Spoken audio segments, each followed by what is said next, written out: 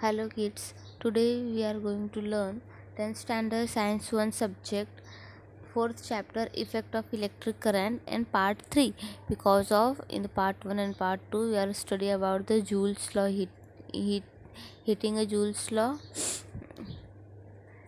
and now we will learn about a magnetic field produced by current through a circular loop of a containing a wire. So as you can see the image of circular loop of a conducting wire means एक loop है जिसमें से current flow हो रहा है और वहाँ पे magnetic lines of force create हो रहे हैं.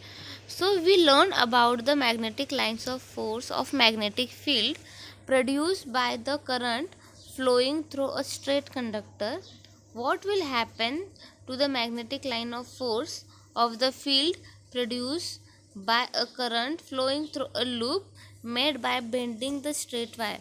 Means we have learned about the magnetic lines of force of magnetic field produced by a current flowing through a straight conductor.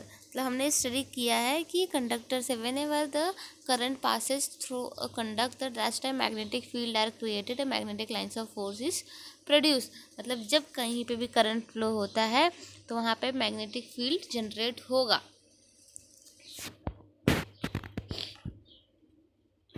So as you can see the image, now a circuit is completed by containing a various component as shown in the figure 4.8. If the current passes through the loop, the magnetic lines of force are produced at each point of the loop. जब कभी भी current flow होगा किसी भी loop में तो उसके हर एक लूप में मैग्नेटिक लाइन्स ऑफ फोर्स होगा. As we go away from the wire, the concentric circle representing the magnetic lines of force will become bigger and bigger. So जैसे कि इमेज में देख सकते हो सर्कल के पास एकदम क्लोज्ड में मैग्नेटिक लाइन्स ऑफ फोर्स ज़्यादा है और जैसे जैसे सर्कल से दूर हो रहे हैं, अवे हो रहे हैं, so magnetic lines of force के जो सर्कल है वो बिगर एंड बिगर होते जा रहा है. Means force magnetic lines of force will bigger and bigger when the कॉन्सेंट्रेटिक circle, जो सर्कल फॉर्म हो रहा है वो बाद में बिगर एंड बिगर होते जा रहा है. जैसे यहाँ पे देख सकते हो ये यहाँ पर बिगर एंड बिगर होते जा रहा है. As we go towards the centre of the loop the circle becomes so big.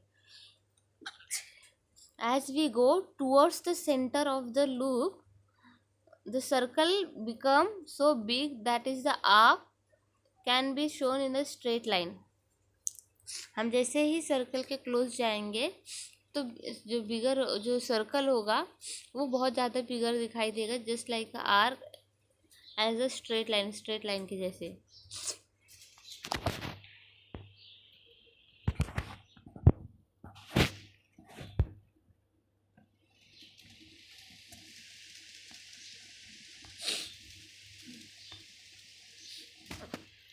In the figure 4.8, the magnetic lines of force are shown near the point P and Q only. However, they will be created near each point on the loop. Likewise, each point will produce a magnetic field at the center of the loop. By making use of right hand thumb rule, check the every point on the loop contribute the magnetic lines of force at the center of the loop, and these lines of force at the center of loop are in the same direction. So solid यहाँ पे right hand thumb rule applicable हो रहा है जिसके हर एक point पे, loop के हर एक पॉइंट पे magnetic lines of force create हो रहा है. So at the every point on the loop contribute the magnetic lines of force at the center of the loop, and these lines of force at the center of the loop are in a same direction. सभी के सभी same direction में produce हो रहे हैं. जैसे कि आप देख सकते हो यहाँ डायग्राम में लूप के हर एक लूप में magnetic lines of force generate हुआ है और सब सेम डायरेक्शन में है.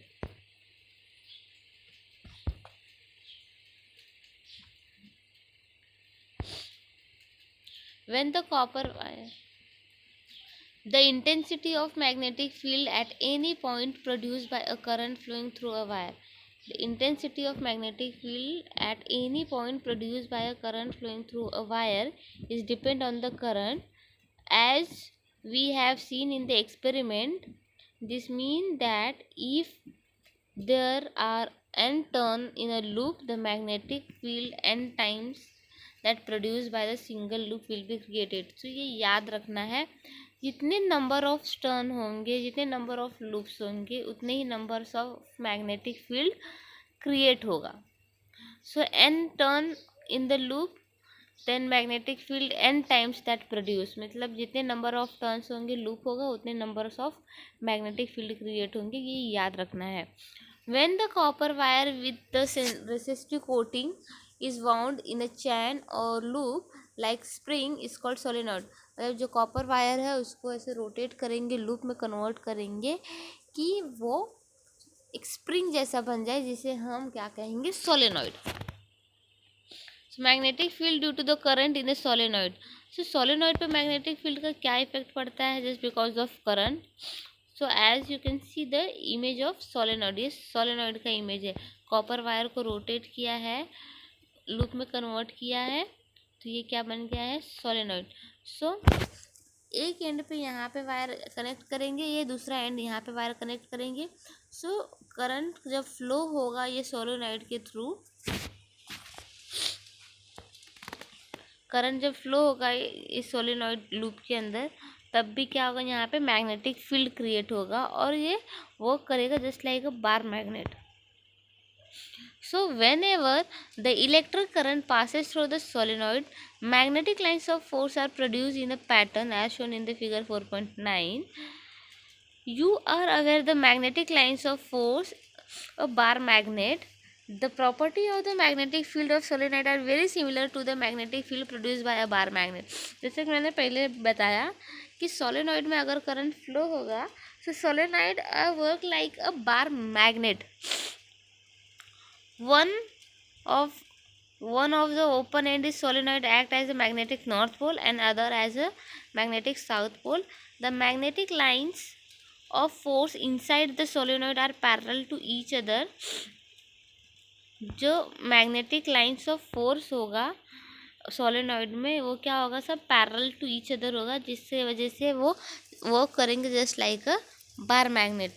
This means that the intensity of magnetic field with the solenoid is uniform everywhere, and that is magnetic field in a solenoid is uniform. So solenoid के अंदर जितने भी magnetic lines of force है, lines of magnetic force है, वो सब same होंगे, uniform होंगे and parallel to each other होगा, जिसके वजह से सोलेनॉइड भी क्या है, यूनिफॉर्म है. जैसे कि ये इमेज देख सकते हो, ये जो येलो कलर पार्ट है ये सोलेनॉइड है, कॉपर वायर है, इसमें से करंट फ्लो हो रहा है. सो करंट फ्लो हो रहा है, तो अंदर के जितने भी मैग्नेटिक लाइंस ऑफ फोर्स है, these are all the parallel to each other and work like a bar magnet, as you can see the image. The magnetic lines of force of magnetic field produced by current passing through the solenoid coil is just like a bar magnet. Now force acting on a current carrying conductor in a magnetic field. Magnetic field, एक conductor है, उस conductor में अगर current flow हो रहा है, सो उसमें magnetic field कैसे जनरेट होगा और फोर्स कैसे अप्लाई करेगा. So force acting on a current carrying conductor in a magnetic field. Now material: flexible copper wire, stand, electric cell, horseshoe magnet with the strong magnetic field. Stand लेना है, stand है हमारे पास यहाँ पर, ये magnet है, हॉर्सशो bar magnet है.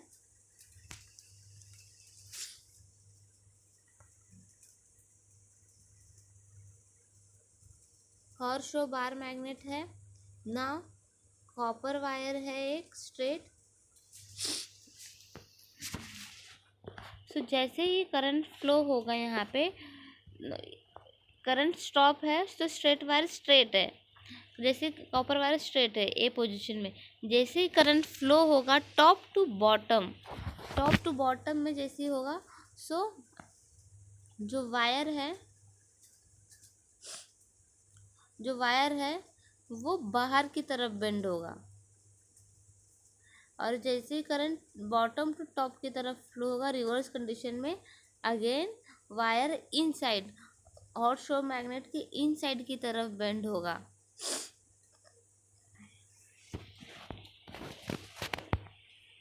और वो कैसे, तो अभी यहाँ पे स्टडी करेंगे, देखेंगे कैसे होता है। So procedure, using the stand fix the copper wire so that it passes through the pole of the horseshoe magnet as shown in the figure 4.10. Connect the circuit as well. What do you know? Observe. So whenever a current is not flowing through the wire, it remains straight position A. When the current flow from top to bottom, the wire bend and come into position C. If the current direction is reverse, that is the flow from the bottom to top, and the wire bend but comes in the position B. This means the direction of force on the wire is perpendicular to both the magnetic field and direction of the current. मतलब जैसे ही current flow नहीं हो रहा है so straight position में है, जैसे करंट फ्लो होगा top to bottom so wire बाहर की तरफ बेंड होगा अवे फ्रॉम द मैग्नेट। जैसे ही बॉटम टू टॉप की तरफ करंट फ्लो हुआ रिवर्स कंडीशन में, so magnetic lines of force also reverse and it will be bend towards the magnet और इनसाइड द मैग्नेट, इस तरीके से। सो सपोज अगर हमने चेंज कर दिया मैग्नेटिक डायरेक्शन, पोल्स चेंज कर दिए, नॉर्थ को साउथ से रिप्लेस कर दिया एंड साउथ को नॉर्थ से रिप्लेस कर दिया, ट्विस्ट कर दिया, टर्न कर दिया अगर मैग्नेट को, सो क्या होगा वायर में, तो अगेन जो top to bottom current flow हो रहा है वो इन वायर इनसाइड की तरफ बेंड होगा and again bottom to top जब होगा सो वायर बाहर की तरफ बेंड होगा, डायरेक्शन चेंज हो जाएंगे। सो this means that the direction of force on the wire is perpendicular to both the magnetic field and the direction of the current। मतलब ये इसे डिफाइंड हो रहा है, प्रूफ हो रहा है कि जो फोर्स ऑफ द वायर है, वायर के ऊपर जो फोर्स अप्लाई हो रहा है वो किसकी वजह से हो रहा है, just because of current and the direction of magnetic field. जैसे ही करंट फ्लो होगा top to bottom so wire outside direction में मूव बेंड होगा and bottom to top reverse होगा, सो वायर भी रिवर्स्ड हो जाएगा और वो इनसाइड की तरफ बेंड होगा। The above experiment clearly show the force is exerted on the current carrying conductor. The direction of the force depend upon the direction of current and the direction of magnetic field. जो force लग रहा है wire पे वो किसके ऊपर dependent है, current as well as the direction of magnetic field. Direction of magnetic field means what, अगर हम मैग्नेट को चेंज कर रहे हैं, नॉर्थ टू साउथ को रिप्लेस कर रहे हैं, साउथ टू नॉर्थ को, तब भी वायर पे जो फोर्स लगेगा वो उसका डायरेक्शन चेंज हो जाएगा।